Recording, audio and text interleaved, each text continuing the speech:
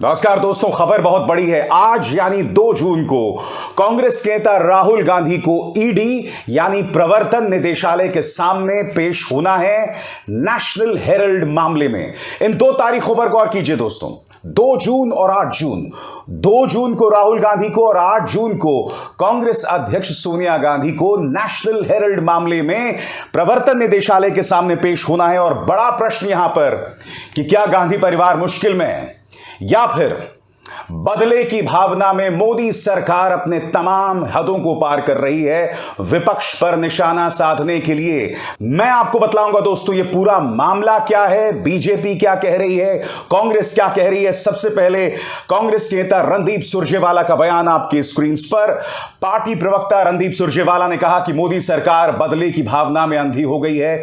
Money laundering का कोई प्रमाण नहीं है और ना ही मनी एक्सचेंज का कोई सबूत है। नेशनल हेरल्ड मामले में इक्विटी में केवल कन्वर्जन या ऋण दिया गया था।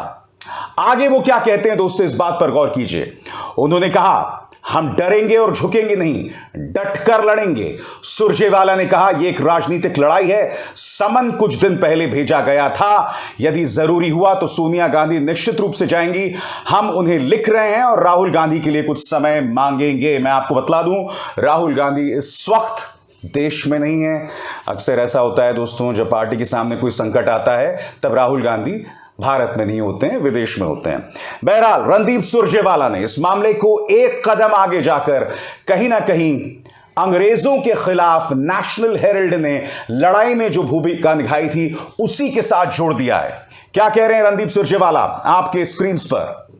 देश को गुमराह करने के लिए आए दिन मुद्दों को भटकाने की राजनीति में माहिर मोदी सरकार अब बदले की भावना में अंधी हो गई है। जिस मानसिकता ने अंग्रेजों का साथ दिया था, आज गुलामी की प्रतीक वो मानसिकता आजादी की कुर्बानियों से प्रतिशोध ले रही है। इस बार उन्होंने एक नई कायराना व डरपोक साजिश की है। नेशनल हेरल्ड मामले में अब प्रधानमंत्री श्री नरेंद्र मोदी ने कांग्रेस अध्यक्षा श्रीमती सोनिया गांधी जी व हमारे नेता श्री राहुल गांधी जी को ईडी से नोटिस जारी करवाया है। आगे जाके मैं आपको बतलाने वाला हूं ये पूरा मामला क्या है दोस्तों। मगर भारतीय जनता पार्टी ने कह दिया है कि इंसान जब आईने की तरफ देख रहा है तो आईने पर दोष मत बढ़िए, मैल आपके चेहरे पर है। क्या आप जेपी नड्डा के इस बयान से संतुष्ट हैं? वो क्या कह रहे हैं, आइए सुनते हैं। कभी कोई मुजरिम बोलता है कि मैं बेईमान, सजा हो जाती है, 20-20 साल जेल में रह कर आए थे, वो हमेशा ही बोलते हैं कि गलती में आपको फंसा दिया था। तो जो आदमी कटघरे में खड़ा है, जो बेल पर है, तो बेल उठवा लो ना, चार्जेस हटवा लो ना। क्यों नहीं करते? तो इसलिए नहीं करते हो क्योंकि कागज सच्चे हैं और कागज परमानेंट होते हैं, तो वो उनको उस जगह पर खड़ा रख रहे हैं। ये तो वैसे ही है ना कि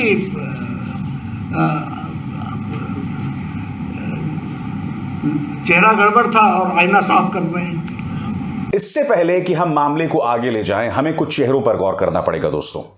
अनिल देशमुख, नवाब मलिक, सत्येंद्र जैन, ये तमाम जो नेता हैं वो विपक्ष के हैं। ये तमाम नेता उस पॉलिटिकल पार्टी से हैं जिस पॉलिटिकल पार्टी पर बीजेपी निशाना साध रही है।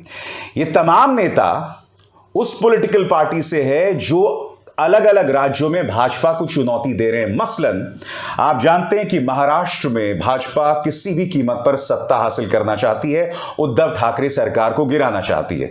इसलिए ये 2 चेहरे यानी कि नवाब मलिक और अनिल देशमुख जो हैं वो ईडी की गिरफ्त में हैं। अब सत्येंद्र जैन की बात करते हैं। सत्येंद्र जैन जैसे कि आप जानते हैं हिमाचल के इंचार्ज हैं और उन्हें ईडी ने गिरफ्तार कर लिया है।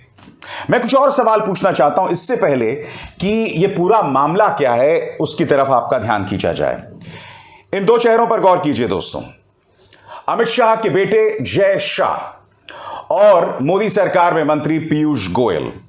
क्या आप जानते हैं दोस्तों, जैसे ही 2014 में प्रधानमंत्री नरेंद्र मोदी देश के प्रधानमंत्री बने थे तो जय शाह जिस कंपनी से जुड़े हुए थे उसका टर्नओवर 16,000 गुना ज्यादा बढ़ गया। जी हां, सही मायने में अच्छे दिन तो जय शाह के लिए आए। उनकी कंपनी का टर्नओवर बढ़ा। यही नहीं, अब वो बीसीसीआई में अहम भूमिका निभाने वाले हैं। उनसे ईडी ने कोई पूछताछ नहीं की दोस्तों। वो पूरा मामला क्या था पढ़ के सुनाना चाहता हूं। मेरी दोस्त रोहिणी की एक खबर थी, शाह के बेटे के स्वामित्व वाली कंपनी का कारोबार प्रधानमंत्री नरेंद्र मोदी के चुनाव के बाद वर्ष में 16,000 गुना बढ़ गया। अमित शाह के बेटे के स्वामित्व वाली कंपनी का राजस्व एक ही साल में केवल 50,000 रुपए से बढ़कर 80 करोड़ रुपए तक से अधिक हो गया है। 50,000 से 80 करोड़, ये जंप देख रहे हैं आप दोस्तों। यही नहीं, दूसरे चेहरे पर गौर कीजिए दोस्तों। आपकी स्क्रीन पर हैं पीयूष गोयल। क्या आप जानते हैं कि इनकी स्वामित्व वाली, इनकी पत्नी और इनके स्वामित्व वाली कंपनी एक दूसरी बड़ी फर्म को 1,000 गुना लागत से बेची गई, और वो भी तब जबकि वो मोदी सरकार में मंत्री थे। खबर क्या थी? और ये खबर भी इत्तेफाकन मेरी दोस्त रोहिणी सिंह ने किया है। खबर क्या थी पढ़ के सुनाना चाहता हूं। नरेंद्र मोदी सरकार में मंत्री के रूप में शामिल होने के बाद हुए अब तक के एक अघोषित व्यापार सौदे में भाजपा के वरिष्ठ नेता और मंत्री पीयूष गोयल ने एक निजी तौर पर आयोजित कंपनी का पूरा स्टॉक बेच दिया है, जिसका वो और उनकी कंपनी का मालिकाना हक है। और ये जो बेचा गया है दोस्तों, वो निर्धारित मूल्य से 1,000 गुना पर। और किसे बेचा गया है? अजय पीरामल नाम के एक समूह को। बड़ा प्रश्न, आखिर इन लोगों पर शिकंजा क्यों नहीं कसता? आपको याद होगा, उत्तर प्रदेश चुनावों के दौरान शिखर पान मसाला पर रेड मारी जाती है। वहां पर काफी पैसा मिलता है। जीएसटी इंटेलिजेंस रेड मारती है। कायदे से वो मामला ईडी के सुपुर्द किया जाना चाहिए था, कुछ नहीं हुआ। क्यों? क्योंकि शिखर पान मसाला भाजपा की समर्थक थी। फिर आपको याद होगा किस तरह से जैन बंधु के घर पे रेड मारी गई थी, करोड़ों रुपया मिला था। उस वक्त तो भाजपा के नेता यानी कि प्रधानमंत्री से लेकर आदित्यनाथ, तमाम लोगों ने कहा था कि इनके ताल्लुकात जो हैं समाजवादी पार्टी से जुड़े हुए हैं, जबकि जिनके घर पर रेड मारी गई थी, करोड़ों रुपए मिले थे, उनके ताल्लुकात शिखर पान मसाला से थे। जी हां, और उन पर ईडी ने कोई पूछताछ नहीं की। उल्टा अदालत के अंदर जीएसटी इंटेलिजेंस ने कहा कि ये जो करोड़ों रुपए मिला है वो दरअसल उनके औद्योगिक समूह का टर्नओवर है। तो दोहरे मापदंड तो साफ तौर पर दिखाई दे रहे हैं दोस्तों। ईडी और सीबीआई और इनकम टैक्स का इस्तेमाल विपक्ष पर निशाना साधने के लिए है, इस बात में दो राय नहीं है। और यही वजह है कि इन संस्थाओं की विश्वसनीयता लगातार घट रही है। मगर राहुल गांधी और सोनिया कितनी बड़ी मुश्किल में है।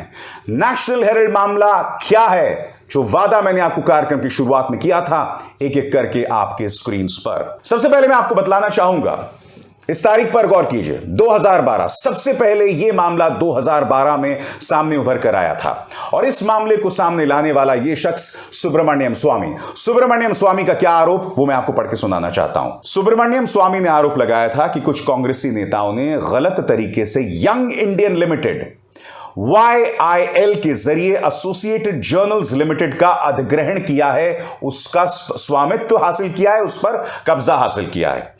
बीजेपी नेता सुब्रमण्यम स्वामी ने 2012 में ट्रायल कोर्ट में याचिका दायर कर आरोप लगाया था कि कुछ कांग्रेसी नेताओं ने गलत तरीके से यंग इंडियन लिमिटेड के जरिए एसोसिएटेड जर्नल्स लिमिटेड का अधिग्रहण किया।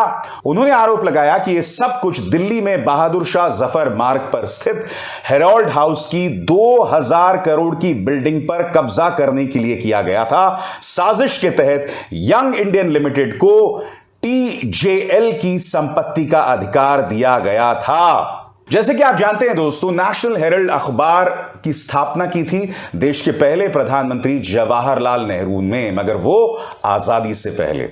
और ये इस पूरे मामले की पृष्ठभूमि में आगे हेराल्ड की स्थापना नेहरू ने 1938 में की थी, और वो भी स्वतंत्रता सेनानियों के साथ मिलकर। Associated journals limited AJL national Herald अखबार की मालिकाना कंपनी है। कांग्रेस ने 26 फरवरी 2011 को इसकी 90 करोड़ की देनदारियों को अपने जिम्मे में ले लिया था। इसका अर्थ क्या हुआ? इसका अर्थ यह हुआ कि पार्टी ने इसे 90 करोड़ का लोन दे दिया। इसके बाद 5 लाख रुपए से यंग इंडिया कंपनी बनाई गई, जिसमें सोनिया और राहुल की 38% हिस्सेदारी है। बाकी की 24% हिस्सेदारी कांग्रेस नेता मोतीलाल वोरा और ऑस्कर फर्नांडिस के पास थी। इसके बाद मामला दिलचस्प हो जाता है। इसके बाद TAJL के 10-10 रुपए के 9 करोड़ शेयर यंग इंडियन को दे दिए गए और उसके बदले में यंग इंडियन को कांग्रेस का लोन चुकाना था। 9 करोड़ के साथ यंग इंडियन को इस कंपनी के 99% शेयर हासिल हो गए। इसके बाद कांग्रेस पार्टी ने 90 करोड़ का लोन भी माफ कर दिया। इसका अर्थ क्या हुआ? यंग इंडियन को मुफ्त में TAJL का स्वामित्व मिल गया। तो मामला बहुत पेचीदा है। कांग्रेस उग्र है, कांग्रेस ईडी पर सवाल उठा रही है, कांग्रेस मोदी सरकार पर सवाल उठा रही है। जाहिर सी बात है दोस्तों, यह मामला अदालत में जाएगा, जिरह होगी, समन होगा। सत्येंद्र जैन को इसी तरह से समन के लिए बुलाया गया था और फिर उन्हें गिरफ्तार कर लिया गया। अब राहुल गांधी कब हाजिर होने वाले हैं? सोनिया गांधी 8 जून को जा रही हैं, यह लगभग तय है। देखना यह है दोस्तों कि प्रवर्तन निदेशालय यानी ईडी जब इन्हें बुलाएगा तो क्या उसके बाद कुछ बहुत ज्यादा नाटकीय, ड्रामेटिक या बड़ी बात सामने उभर कर आ सकती है। इसी मंच पर मेरे साथ बने रहिएगा। इस खबर की तमाम बारीकियां मैं आप तक पहुंचाते रहूंगा। नमस्कार। स्वतंत्र और आजाद पत्रकारिता का समर्थन कीजिए, सच में मेरा साथी बनिए। बहुत आसान है दोस्तों, इस ज्वाइन बटन को दबाइए और आपके सामने आएंगे ये 3 विकल्प। इनमें से एक चुनिए और सच के इस सफर में मेरा साथी बनिए।